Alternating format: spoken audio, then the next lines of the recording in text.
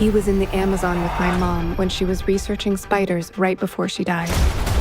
Hello everyone, and welcome back to another Backlot Banter movie review. It's finally time. We're here to talk about Madam Web. My name is Tucker Hazel. Today I am joined by my all-seeing, all-knowing co-host, Tanner Dykstra. We're here to talk about Madam Web, the cinematic event of the year. Yeah. Some might say. Many are saying. Although apparently it seems to be Bob Marley One Love, apparently. Yeah, we'll see. We'll see what happens. Madam Web is out. We have seen it, and we are here to give our critical analysis. Spoiler full, frankly. I think we should just go in, talk about this. If you're watching Madam Web review, you either have seen Madam Web and want to see people talk about it, or don't give a shit. And so, Tanner, let's talk about Madam Web. I mean, Tucker, what can I say about Madam Web that hasn't already been sort of thrown out into the ether? What can I say except you're welcome? In that, Madam Web is perhaps one of the most perplexing films I've ever seen in my entire life. From beginning to end, soup to nuts. Well, I think it's from before beginning to end. That's fair. Because I think this is from pre-production to end. Yes. You just, at every single turn, before this film was made, to the moments the credits are rolling, you're like, what were they thinking? Why? What were they thinking and why? And it's not good. No. I mean, in case that wasn't clear from those opening thoughts, it's a really, really bad movie. It isn't an exceptionally bad movie. I found it to be a watchable bad movie. Fair. I was sitting there, I wasn't like, I wasn't like making grunts of pain and gore the whole time. I get that. But there isn't anything good about this movie. No. And in fact, almost everything is just bad about this movie. I found the pacing to be fine. I found some of the performances and some of the lines to be fine. But mostly it's just like, no, why is it edited that way? What's the villain doing? What's his fight sequence? and primarily, I think the thing that both is the biggest detriment to this movie, but also the thing that makes it the most compelling to me, is the just base concept of us making a Madam Web movie. Why? The barrel has been... We've dug below the bottom of the barrel at this point. I mean, this is something that I've heard on a couple reviews of this film already, is that, like, from a conceptual standpoint, which is something that we bring up a couple of times in these reviews, is like, really... why make this? And the film does not seem to justify that or answer that in any way. Because, so let's get into the details here. I want to talk about Madame Web herself. Cassie Webb. Yes. Cassandra Webb, as portrayed by Dakota Johnson. Portrayed by is a stretch. So, here's my thing with this. Okay, so, because Dakota Johnson has been sort of the talk of the town being film Twitter recently, with her press tour for the film Madam Web, in that she is sort of like anti-charismatic, how I would describe her public persona. Yeah. And guess what? I'd say that carries over to the film. Yes, I would say so too. Because when you're casting a superhero, Tucker, what kind of person are you going for? Are you going for somebody that has, a sense of humor, obviously? You want someone that's immediately likable, that can be personable, and can be kind of like... And that you want to root for. Yeah, you can root for, can sort of like take the hills and valleys of silliness and camp and stuff like that comes with a superhero film. Dakota Johnson is not that person. No. She's not that kind of a performer. And I think the problem is the convergence of those two. Not only do you have an actress who isn't very charismatic, she's known for being a flat sort of performer. Deadpan, Yeah, and that's okay for some of the roles that she's been in. Of course. But I think that combined with the fact that Cassie Webb is written to be an unlikable character that makes decisions and has personality sort of antisocial, that push her away from people, and that is only sort of overcome by the end.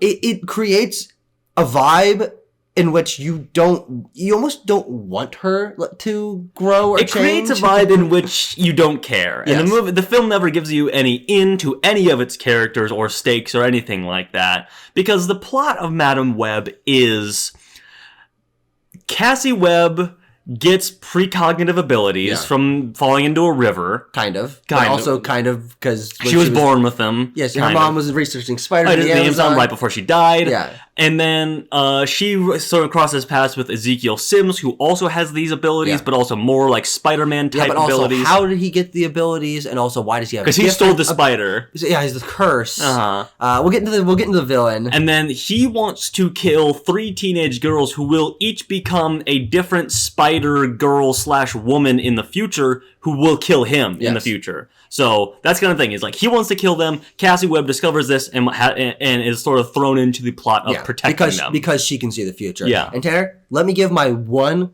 compliment to Madam Web. Here we go. Very interesting and unique motivation for a villain. He is protecting himself. You can understand why he is using his abilities to stop himself from being killed. Yeah. And especially because outside of that, we don't know that he is a bad guy necessarily. We don't see him kill anyone else. We don't see him, he's not trying to take over the world or presumably hurt other people. The only thing we see is he wants to stop himself from being killed. That's a fair point. Yeah.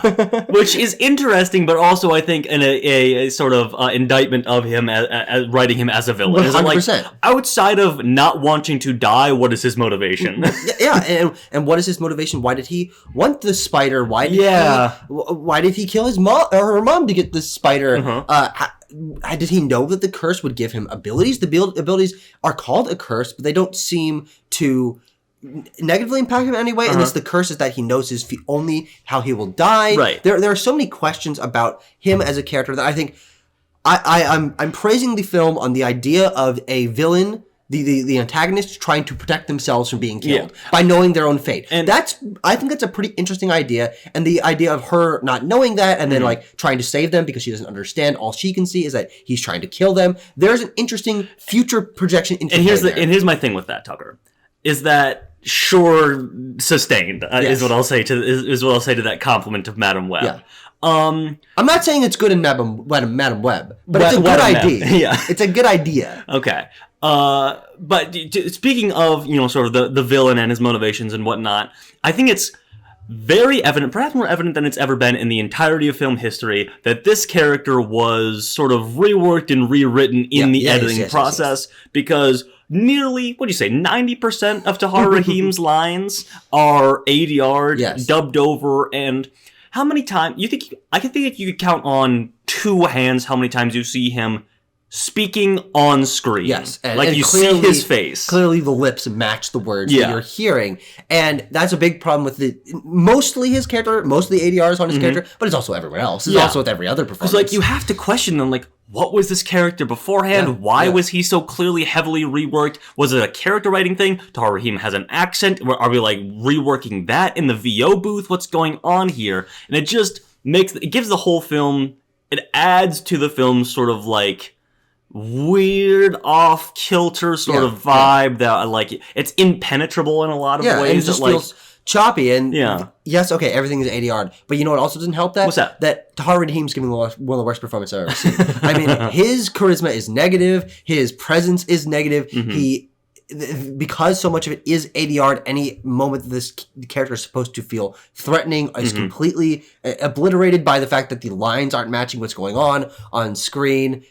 It's just bizarre, and I think his performance is one of the worst parts of this movie. I think he's very, very, very bad. He is quite bad at this. Which, as I understand, I'm not super familiar with him, but he has given good performance in the past. People have been complimentary of his TV work and stuff. But so you know who else we're familiar with in this cast? Sydney Sweeney, who is one of the three teenage girls who are kidnapped by Cassie Webb, who are being sought after and sort of preyed upon by Ezekiel Sims. Those being, let's see if we can name the characters. Here we go. Yeah. Sydney Sweeney is Jessica Cornwall. Julia Cornwall. Now we need to stop because the character's name in the comics is Julia Carpenter. Why they change it? I don't know. No fucking idea why. By the way, she's really the only one that I would say of the Spider Women that these characters end up becoming. Yeah. Julia Carpenter's the only one that I think is somewhat iconic. Yeah, of course. Though. Okay, then let's keep going. So the other ones are... Isabella Merced is Anya Corazon. Yes. And I don't know what the actress's name is. Celeste O'Connor. Celeste O'Connor portrays Maddie Franklin. Yes.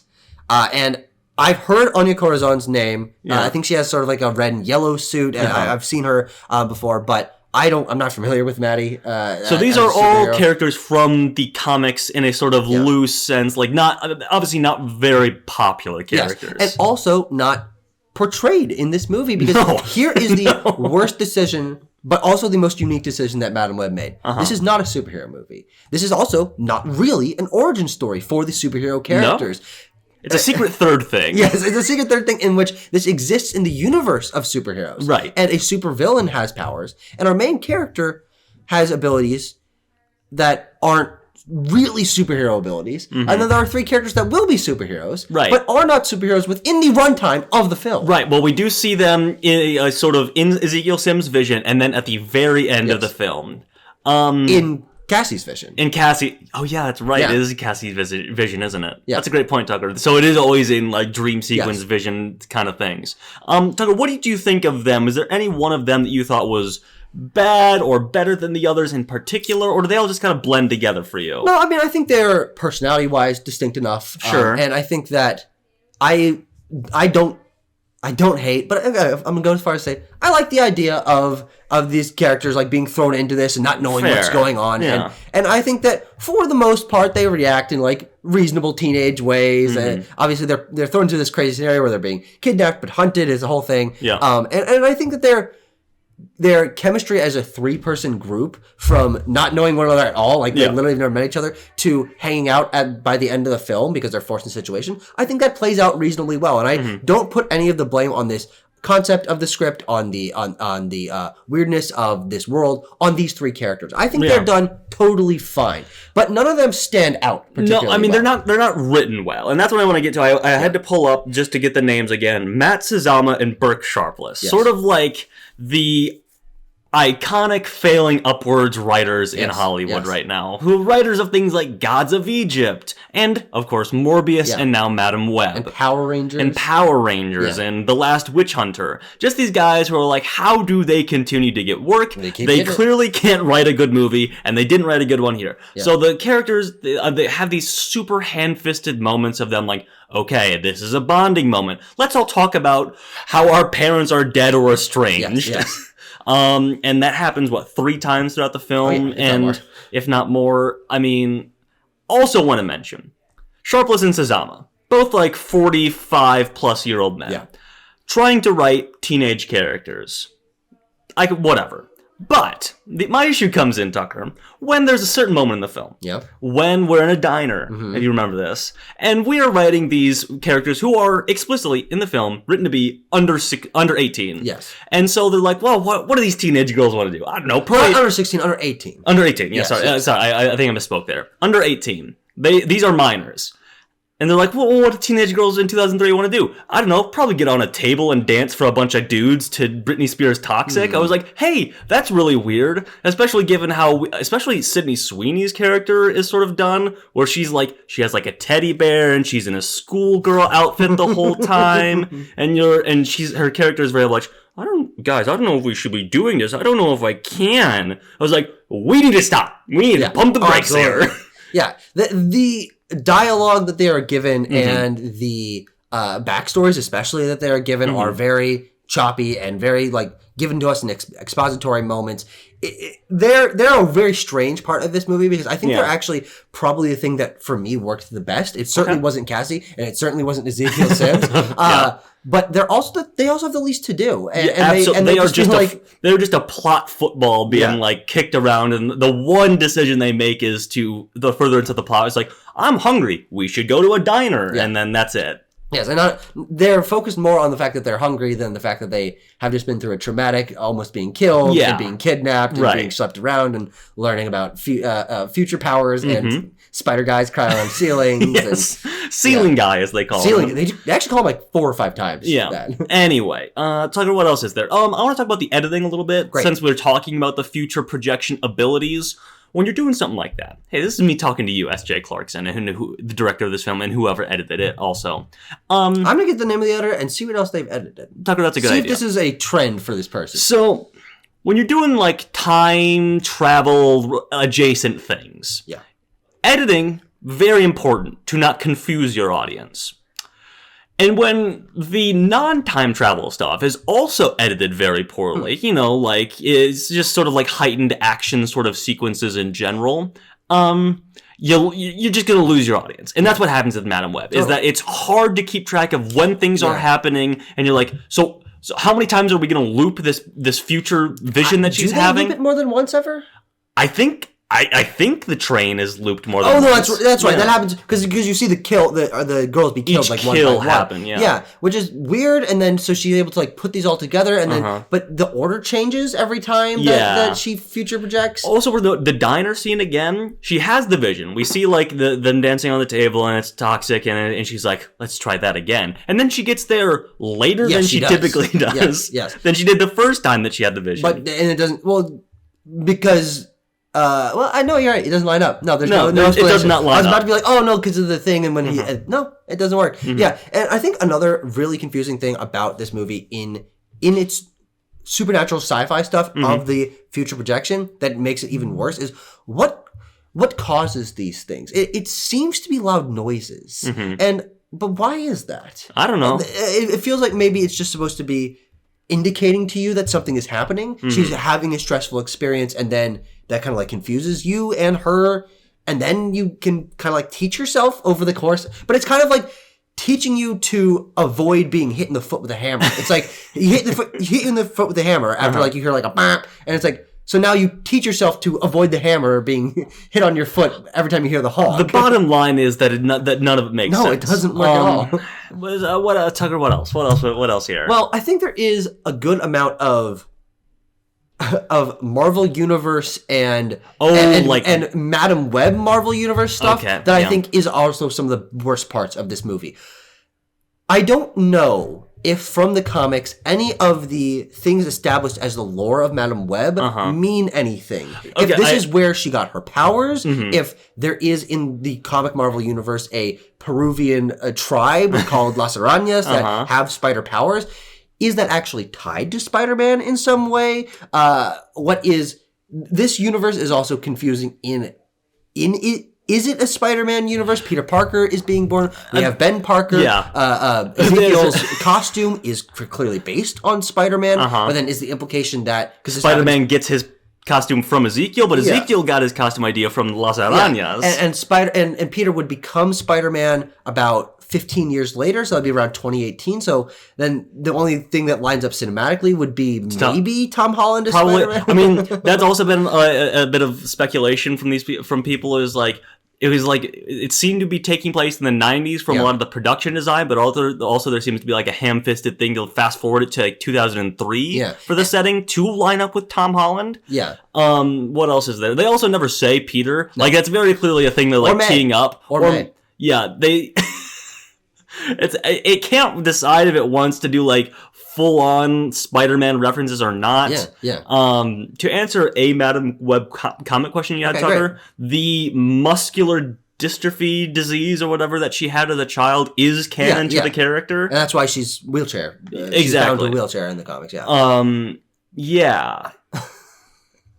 Should we talk about the end? Sure, great. Why does she look like that?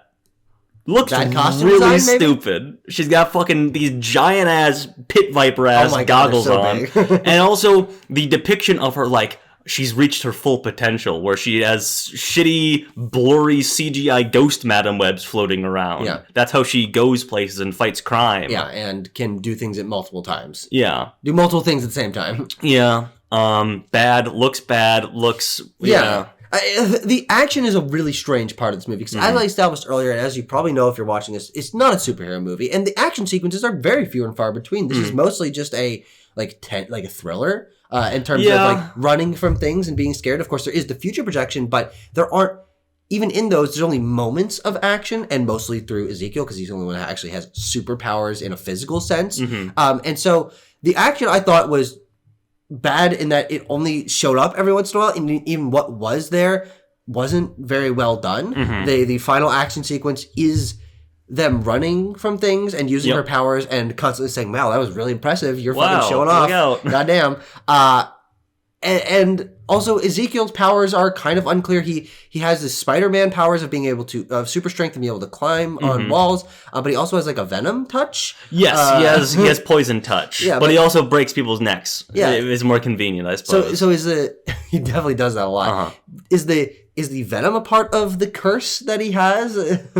Here's a question I had. This jumped to my mind. So because obviously the third act is sort of propelled by Mary Parker, Peter Parker's mother, is going into labor with him. Yes.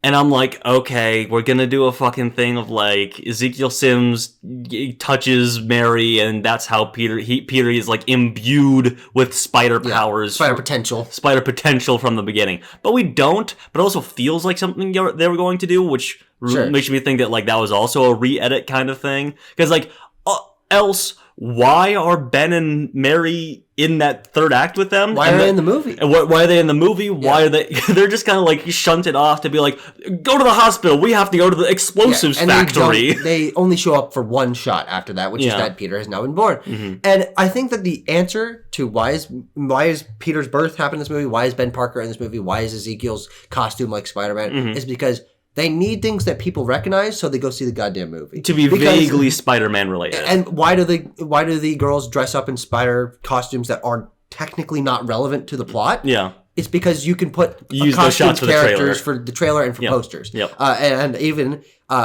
Cassandra doesn't ever wear that costume other than that final shot that is in the future.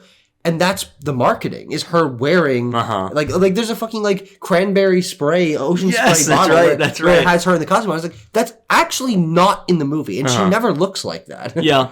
It's just very blatantly obvious where we need to write concepts into this movie that force people to tell that this is a Spider-Man adjacent movie. Yeah. But it also kind of isn't, because it's not really. We don't know if this universe will ever actually have a Peter Parker Spider-Man. There's the implication that is there because we are seeing the human parents of him. There's also a line towards the beginning where Ben says something along the lines of, "Well, I'm trying not to get shot at." It's like, "Oh, what's the matter, man? You don't want to get shot at in Queens?" Yeah, and they also do a turn the camera wink of great power comes great responsibility. Half-assed a couple times, and they feel very forced. And absolutely, I think feeling forced is kind of the whole MO. That's the point of Madam Web. It's like, look, superhero movies used to make a lot of money. Right. They were very popular. Let's put a bunch into production, and we're too far down the fucking pipeline to get this movie stopped. And so, I guess put Ben Parker in it. Is it relevant? Not really. I mean, I guess it ties Cassie into Spider-Man lore a little probably tighter than she was in the comics, because there's absolutely zero fucking way that Cassandra Webb knows Ben Parker in the comics. I doubt that's true. Yeah. People noted that they reuse a shot from O2 Spider-Man, which is funny. Yeah. There's lots of Pepsi product placement, which is also funny. Yeah. Anything else you want to note, Tucker? Well, I think that a lot of the tone of this movie feels strange and out of time, because it is a very Daredevil, Elektra, Catwoman-esque early 2000s shaky cam, digital zooms. The crash zooms are also a fucking crazy element of the filmmaking here.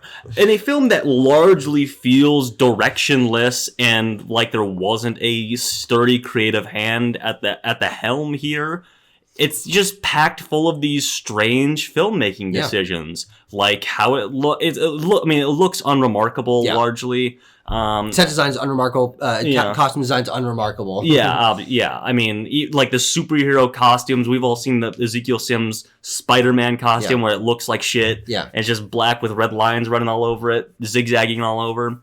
And again, the other costumes are like look to be enhanced or entirely CGI, maybe. Unclear. Well, no, haven't we seen City? There's behind the scenes stuff, but they all have this like weird gloss to them. It might be the flashback. It might be like or the flash forward rather. Yeah. It makes things look shitty. It does. It makes things look shitty. There's really nothing to enjoy about Madam Web at the end of the day. I was laughing a lot watching it. That should be noted. Well, there's a lot of intentional humor in this movie. There are jokes that Cassie is saying.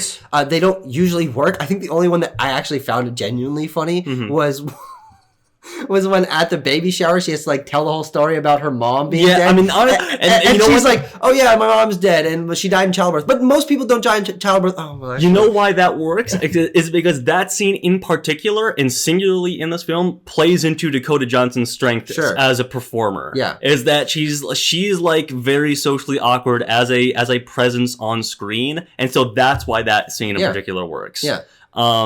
Because if you have fucking like Chris Pratt doing a scene like that or something, he'd be like hamming it up, but it seems very like in character for someone like Dakota Johnson.